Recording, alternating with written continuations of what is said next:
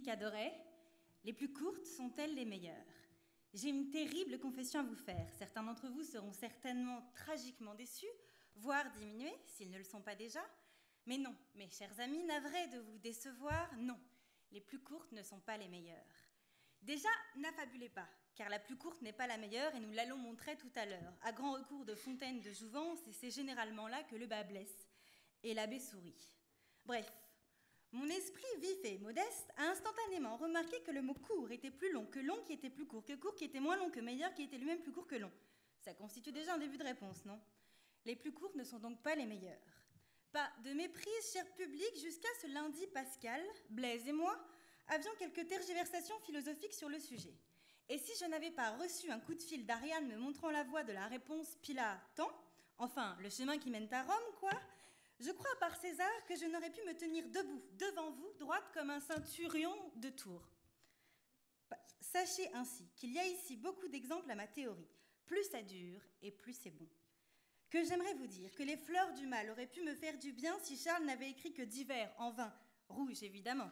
Écrivez dans l'ivresse, mais relisez-vous à jeun. Hein, Serge, mon fils, Serge, toujours gainsbourget celui-là. Toujours effrayé que quelqu'un se barre de la télé quand il était dedans, un briquet et un billet à la main. Il aurait certainement adoré l'épitaphe Sigi, tant et ses gitanes. Bref, je m'égare, rien ne sert de tourner autour du pot pourri, rien au monde, je n'éluderai la question. Je pense vraiment que ça m'aurait gêné que Sergio ne compose qu'un CD plutôt que des CD. C'est un peu comme si Jim avait pris la porte, enfin la Doors quoi, avant d'entrer sous In the Kitchen. Macbeth jamais ne m'aurait le souffle coupé si Shakespeare au premier acte, comme si Richard m'avait dit un cheval, sans mentionner son royaume, comme s'il voulait juste faire du poney. Roméo, vous imaginez, sans Juliette? En parlant de Dada, parlons de Dalida. Il faut des mots, encore des mots, toujours des mots, les mêmes mots, pour faire entrer une œuvre dans la postérité. Se souvient-on des nouvelles ou bien des romans? Du coup, entre 5 et 7 ou des 12 coups de minuit? Des courts-métrages ou des longs-métrages? Je ne veux pas vous interrompre, loin de moi cette idée. Ni vous la Coppola, mais le parrain, The Godfather, n'a pas de sens si Brando ne devient pas De Niro avant de laisser Robert devenir Duval. Vous me suivez? Jamais 203. No, Pacci, mal que j'en redemande encore, Léon, Vito. Enfin, presto, quoi, c'est de l'italien. On ne sent pas passer ce qui est long quand c'est bon. Vous me direz, quand c'est trop court, on ne sent pas toujours non plus. Je veux dire que l'on a à peine le temps d'intellectualiser l'action brève. Elle s'évapore et n'a qu'un impact mineur. Elle est sans saveur. Et Amanda Lear, qui a des traits d'esprit salvateurs, Dali, disait « Peu importe la taille, c'est le goût qui compte ».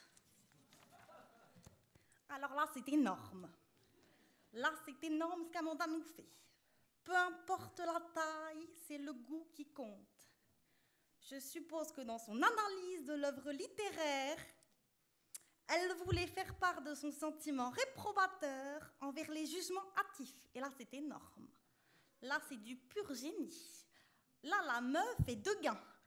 Jugement hâtif sur des artistes qui privilégient l'éphémère et le court, souvent targués de fainéantise. Là, c'est Hitchcockien. Je crois que ce que Fabrice essaie de nous dire, c'est qu'il serait d'accord pour dire que le court est l'ennemi du bien. Et pire, grand Dieu, si Céline, non pas la québécoise gérontophile qui les aime naufrager et fait couler les larmes et accessoirement les bateaux, mais l'auteur controversé qui donne dans la bêtise humaine, celle qui insiste toujours. Bref, si Céline s'était arrêtée vers 22h, peu de chance que le voyage aurait duré au bout de la nuit. En parlant de boutade, évidemment, ne me dites pas que les plus courtes sont les meilleures, par pitié. Je vous vois venir de loin. D'ailleurs, Alain, c'est de long, pas de court à ce que je sache. Je vois venir, donc, les vies les plus courtes sont les meilleures, des légendes, pour l'éternité. 33 ans, l'âge pieuse et point lié au pilori.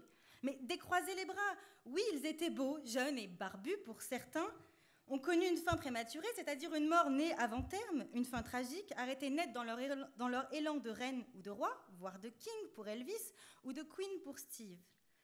Marilyn, son ego et ses égouts, Redding, les censeurs et les ascenseurs, d'Otis, Jimi Hendrix, ses accords et désaccords, Amy, son wine, sa house et sa rehab, Kennedy, qui a tiré des coups puis s'est fait tirer, Berger, son étoile, ses moutons et ses groupies.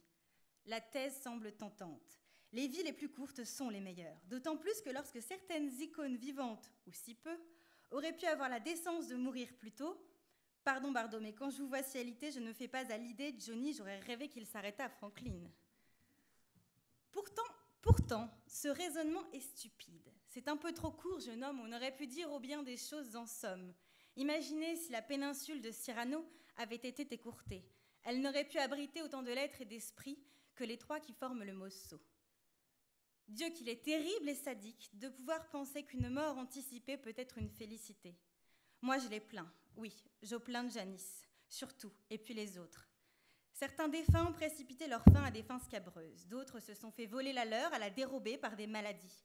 Des cancers sociétaux comme le terrorisme qui, à défaut d'être en plein boom, est une activité qui ampute le monde de gentils, souvent, d'enfants terribles parfois, de drôles de dames sans oublier Charlie. Ce monde amputé par des atrophiés des neurones qui ont le cerveau lent, l'arme haute et l'âme basse, serait certainement plus beau si on laissait le temps au temps, le temps aux choses. À quoi bon raccourcir des vies quand on croit à l'immortalité après la mort? Ça ne change définitivement pas la longueur de l'éternité, non?